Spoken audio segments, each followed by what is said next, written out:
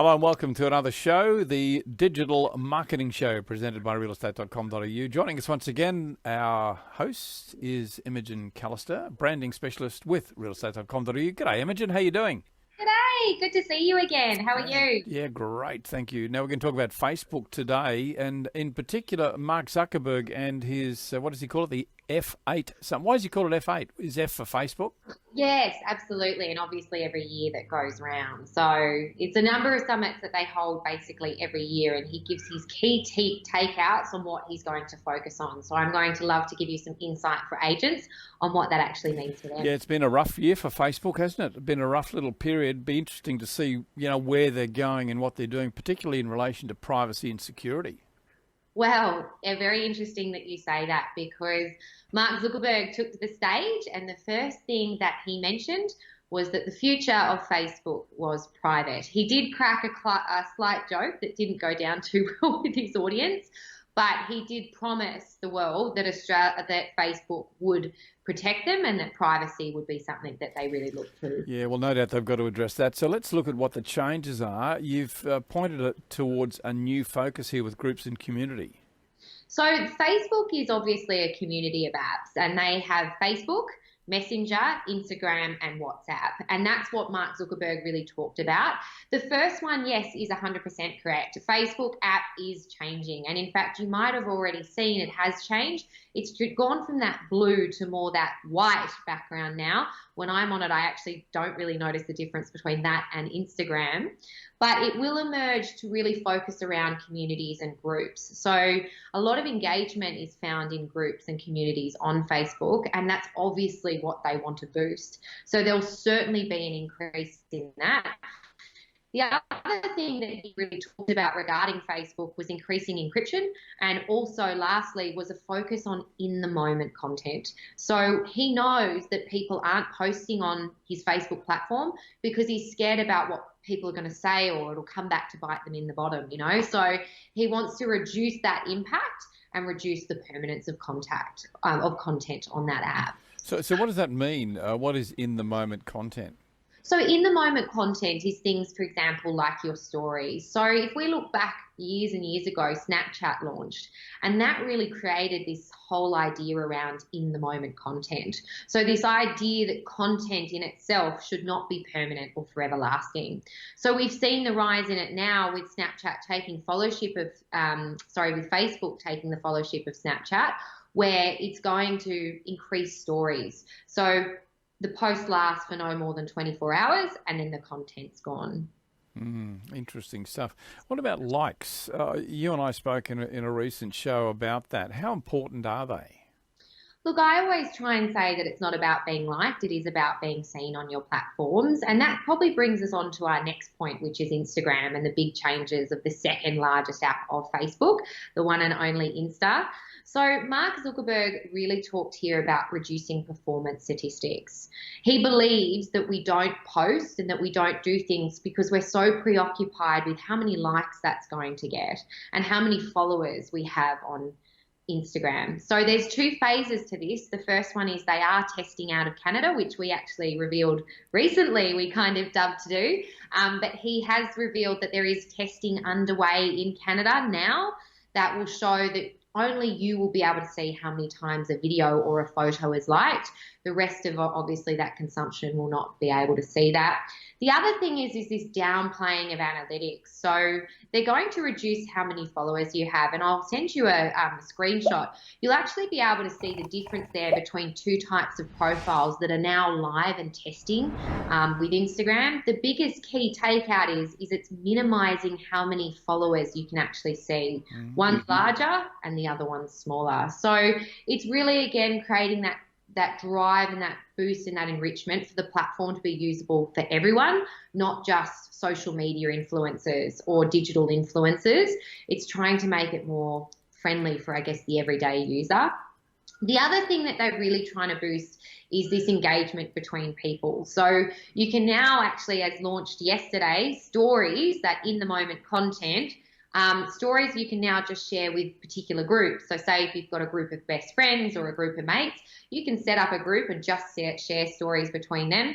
They also really want to create these interactive quizzes. But lastly, and the only thing that you really need to know about Instagram is what you're spending.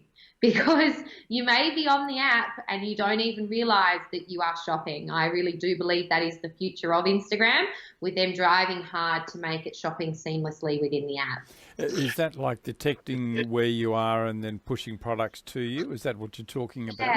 Yeah. So they're called shopping pins, and Pinterest has introduced them now. But these shopping pins, basically you'll be on it and all of a sudden you'll be like, oh, I really like, that hair tie, or I really like that bag there. And it'll be like, oh, and the next thing you know, that's linked to your Shopify account and you've gone off and purchased something on Instagram. So, gone, I guess, are the days where it was really just social media. It does drive that engagement. Maybe one day we can have an agent sell a house in one click. Who knows? Do you think that could be the next round of problems for them? I mean, that's almost a bit like stalking. Maybe I'm old-fashioned, I don't know. Is that the convenient way that people want to go now? Is that what your generation wants? I think the truth is, we're shopping now wherever we are. We can be retargeted on the internet. We can be going to the shops. I mean, I think the saddest thing for that is it's really will, if they do move into this space, it will have, I guess, a massive impact on retail in shop fronts, because we're just so used to consuming it that way. And, there's always that moment where you forget a dress or you forget a suit and you forget a tie. And, you want to run down to the shops, and maybe that will decrease it there. But I do think it is, unfortunately. Yeah, we've got a few minutes left in this segment. I want to ask you about quizzes too, interactive content. I've noticed quite a bit of that happening. Is that a push for them? Absolutely. Look, I think quizzes are something that, to boost that engagement. One thing as well with Facebook is it's also going into dating, with 14 countries now set to launch into that, with Zuckerberg announcing that. Quizzes are something that's creating interaction between two people, and he really focused on wanting to bring that enrichment back to the app. So we've got dating and we've got quizzes, which is really driving that, consumption and that usage forward. I noticed too, there's you mentioned WhatsApp, which is one of the suite of products. Are they moving into business as well, are they?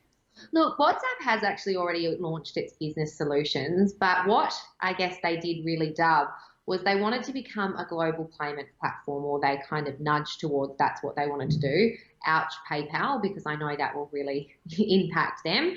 Look, WhatsApp now has a usership of around 7 million people, and it's really changed the way that people message. I think I kind of got upset back in the days when we used to cost to exchange messages. By Apple, you could exchange it for free, and by different services you could. But if my friend had an Android and I had an Apple, we download WhatsApp so that messaging was free. I guess data companies have got a lot better at free text messaging and that sort of stuff, so it's not as big an impact. But certainly WhatsApp exists in that. So he did promise a focus on encryption within the app, and he also promised more towards creating this business solution for customers, chatbots and that sort of thing that could drive their business forward, setting up products and catalogs so that if you're communicating in the app, you can send a customer that. And lastly, allowing you potentially to pay within the platform. Imogen, we're currently selling a property, and we had a meeting with the agent. We've been marketing on realestate.com.au, of course, and we got the market report from them, which indicated to me how many people were looking at our property on digital. Tell me about digital and, how Facebook is actually moving to cater for that, because it's obviously a huge growing market. Look, digital is so important, especially when you're selling your home.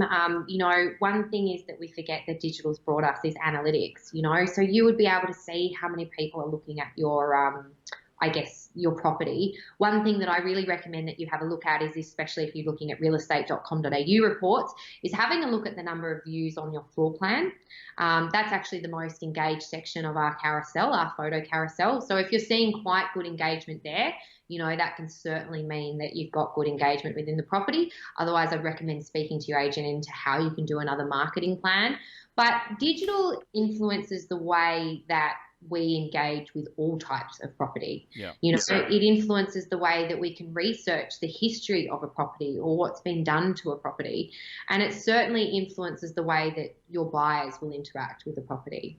We all know the importance of video, and we're certainly marketing with a floor plan and with a video. I noticed on realestate.com.au that the floor plan and the video come towards the end of the listing or the carousel, should they be moved up, and can they be moved up? Look, it's something certainly that our product team is all over. You know, they are so focused on ensuring that consumer experience is essentially at its best in that section of buying and purchasing product. And our testing shows that most consumers want that layout, I guess, in that way.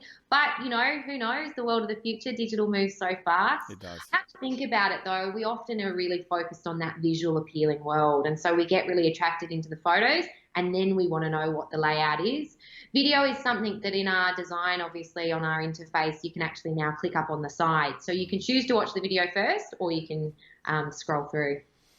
Very good, Imogen. As always, a font of fantastic knowledge. Imogen Callister is from realestate.com.au. She is their branding specialist. Imogen, look forward to catching up with you again in the next show. Thank you. Thanks for having me.